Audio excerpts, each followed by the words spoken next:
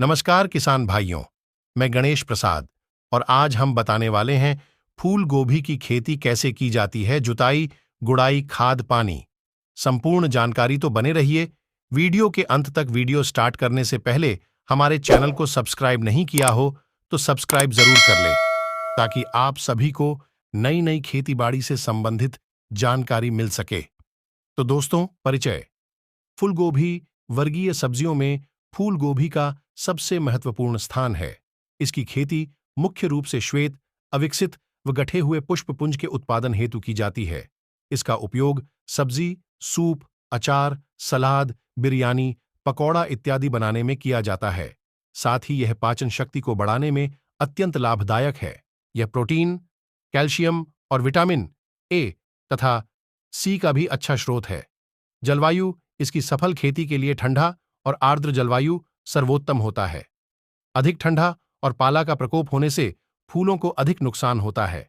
शाकीय वृद्धि के समय तापमान अनुकूल से कम रहने पर फूलों का आकार छोटा हो जाता है। अच्छी फसल के लिए 15-20 डिग्री तापमान सर्वोत्तम होता है। उन्नत किस्में।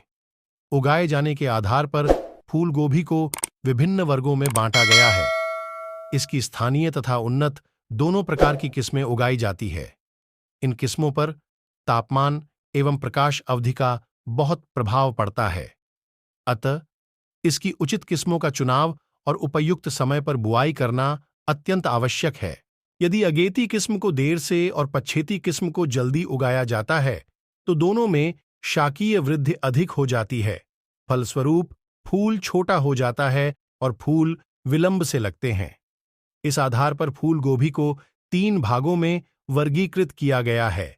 पहला अगेती, दूसरा मध्यम एवं तीसरा पछेती। अगेती किस्में: early Kunari, Pusa Katiki, Pusa Deepali, summer king, Pawas, improved जापानी। मध्यम किस्में: पंत सुभ्रा, पूसा सुभ्रा, पूसा सिंथेटिक, पूसा स्नोबाल, के उन, पूसा अघनी, सैगनी, हिसार, नम, एंग। पिछेती किस्में: पूसा स्नोबाल 1, पूसा स्नोबाल 2, स्नोबाल 16। भूमि एवं उसकी तैयारी। फूल गोभी की खेती तो सभी प्रकार की भूमि में की जा सकती है, परंतु अच्छी जल निकास वाली दोमट या बलुई दोमट भूमि जिसमें जीवांश की प्रचुर मात्रा उपलब्ध हो, काफी उपयुक्त है। इसकी खेती के लिए अच्छी तरह से खेत को तैयार करना चाहिए। इसके लिए खेत को 3 से 4 जुताई करके पाटा लगाकर समतल कर लेना चाहिए। खाद एवं उर्वरक।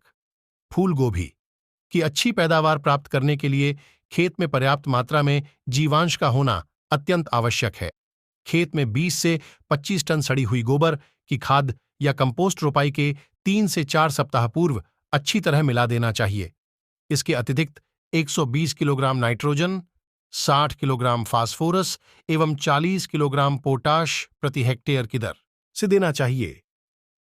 नाइट्रोजन की 1/3 मात्रा एवं फास्फोरस तथा पोटाश की पूरी मात्रा अंतिम जुताई या प्रतिरोपण से पहले खेत में अच्छी तरह मिला देना चाहिए तथा शेष आधी नाइट्रोजन की मात्रा 2 बराबर भागों में बांटकर खड़ी फसल में 30 और 45 दिन बाद उपरिवेशन के रूप में देना चाहिए। बीज दर, बुआई का समय एवं विधि। अगेती किस्मों का बीज 600 से 700 ग्राम और मध्यम एवं पिछेती किस्मों का बीज दर 350 से 400 ग्राम प्रति हेक्टेयर है। अगेती किस्मों की बुआई अगस्त के अंतिम सप्ताह से 15 सितंबर तक कर देना चाहिए। मध्यम और पिछेती किस्मों की बुआई सितंबर के मध्य से पूरे अक्टूबर तक कर देना चाहिए।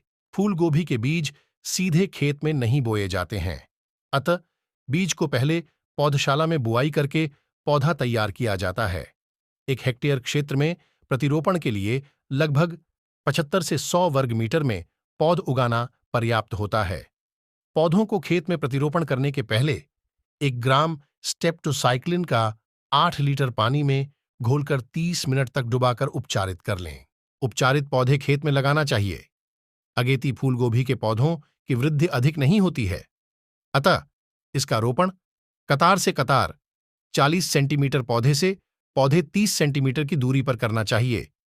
परंतु मध्यम एवं पिछेती किस्मों में कतार से कतार 45 से 60 सेंटीमीटर एवं पौधे से पौधे की दूरी 45 सेंटीमीटर रखना चाहिए। सिंचाई। पौधों की अच्छी वृद्धि के लिए मिट्टी में पर्याप्त मात्रा में नमी का होना अत्यंत आवश्यक है। सितंबर के बाद 10 या 15 दिनों के अंतराल पर आवश्यकतानुसार सिंचाई करते रहना चाहिए।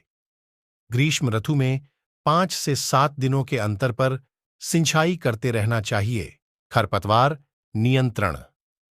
फूल गोभी में फूल तैयार होने तक 2-3 निकाई गुड़ाई से खरपतवार का नियंत्रण हो जाता है, परंतु व्यवसाय के रूप में खेती के लिए खरपतवारनाशी दवा स्टैम्प 3.0 लीटर को 1000 लीटर पानी में घोलकर प्रति हेक्टेयर का छिड़काव रोपण के पहले काफी लाभदायक होता है।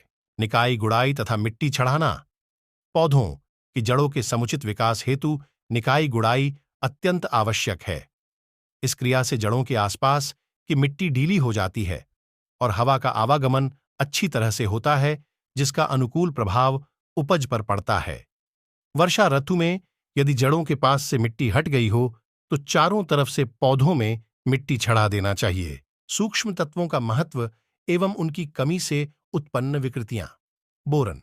बोरन की कमी से फूल गोभी का खाने वाला भाग छोटा रह जाता है। इसकी कमी से शुरू में तो फूल गोभी पर छोटे छोटे दाग या धब्बा दिखाई पड़ने लगते हैं तथा बाद में पूरा का पूरा हल्का गुलाबी पीला या भूरे रंग का हो जाता है, जो खाने में कड़वा लगता है। फूल गोभी एवं फूल का तना खोखला हो जाता है और फट जाता है। इससे फूल गोभी की उपज तथा मांग दोनों में कमी आ जाती है। इसके रोकथाम के लिए बोरेक्स 10 से 15 किलोग्राम प्रति हेक्टेयर की दर से अन्य उर्वरक के साथ खेत में डालना चाहिए। मॉलिब्डेनम। इस सूक्ष्म तत्व की कमी से फूल गोभी का रंग गहरा हरा हो जाता है और किनारे से सफेद होने लगती है, जो बाद में मुरझाकर गिर जाती है। इससे बचाव के लिए 1 से 150 किलोग्राम मॉलिब्डेनम प्रति हेक्टेयर की दर से मिट्टी में मिला देना चाहिए। इससे फूल गोभी का खाने वाला भाग अर्थात कर्डपूर्ण आकृति को ग्रहण कर ले एवं रंग श्वेत अर्थात उजला एवं चमकदार हो जाए तो पौधों की कटाई कर लेना चाहिए। देर से कटाई करने पर रंग पीला पड़ने लगता है और फूल फटने लगते हैं, जिससे बाजार मूल्य घट जाता है। प्रमुख कीड़े एवं रोकथाम। फूल गोभी में मुख्य रूप से लाही, गोभी मक्खी, हीरक पृष्ठ कीट, तंबाकू की सूंडी आदि कीड़ों का प्रकोप होता है। लाही कोमल पत्तियों का रस चूसती है। खासकर जाड़े के समय कुहासा या बदली लगी रहे तो इसका आक्रमण अधिक होता है। गोभी मक्खी पत्तियों में छेद कर अधिक मात्रा में खा जाती है। हीरक पृष्ठ कीट के सूड़ी पत्तियों की निचली सतह पर खाते हैं और छोटे छोटे छिद्र बना लेते हैं। जब इसका प्रकोप अधिक मात्रा में होता है तो छोटे पौधों की पत्तियां बिल्कुल समाप्त हो जाती हैं, जिससे पौधे मर जाते हैं। तंबाकू की सूड़ी के वयस्क मादा कीट पत्तियों की निचली सतह पर झुंड में अंडे देती है।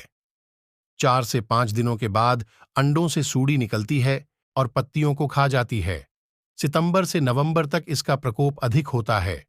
उपरोक्त सभी कीड़ों का जैसे ही आक्रमण शुरू हो तो इंडोसल्फान, नुवाक्रान, रोगर, थायोडान किसी भी कीटनाशी दवा का 1.5 मिलीग्राम पानी की दर से घोल बनाकर आवश्यकतानुसार छिड़काव करना चाहिए। रोग एवं नियंत्रण। फूल गोभी में मुख्य रूप से गलन रोग, काला विगलन, पर्णचित्ती, अंगमारी, पत्ती का धब्बा रोग तथा मृदुरोमिल आसिता रोग लगते हैं। वह फफूंदी के कारण होता है। यह रोग पौधा से फूल बनने तक कभी भी लग सकती है। पत्तियों की निचली सतह पर जहां फफूंदी दिखते हैं, उन्हीं के ऊपर पत्तियों के ऊपरी सतह पर भूरे धब्बे बनते हैं, जो कि रोग के तीव्र हो जाने पर आपस में मिलकर बड़े धब्बे बन जाते हैं। काला गलन नामक रोग भी काफी नुकसानदायक होता है। रोग का प्रारंभिक लक्षण वी आकार में पीलापन लिए होता है। रोग का लक्षण पत्ती के किसी किनारे या केंद्रीय भाग से शुरू हो सकता है। यह बैक्टीरिया के कारण होता है। इससे बचाव के लिए रोपाई के समय बिचड़े को स्ट्रेप्टोमाइसिन या प्लेंटोमाइसिन के घोल से उपचारित कर ही खेत में लगाना चाहिए। दवा की मात्रा आधा ग्राम दवा प्लस 1 लीटर पानी। बाकी सभी रोगों से बचाव के लिए फफूंदीनाशक दवा इंडोफिल एम 45 का 2 ग्राम या ब्लाइटैक्स का 3 ग्राम 1 लीटर पानी की दर से घोल बनाकर आवश्यकतानुसार छिड़काव करना चाहिए। वीडियो अच्छा लगा हो तो लाइक और सब्सक्राइब जरूर करें। जय जवान, जय किसान।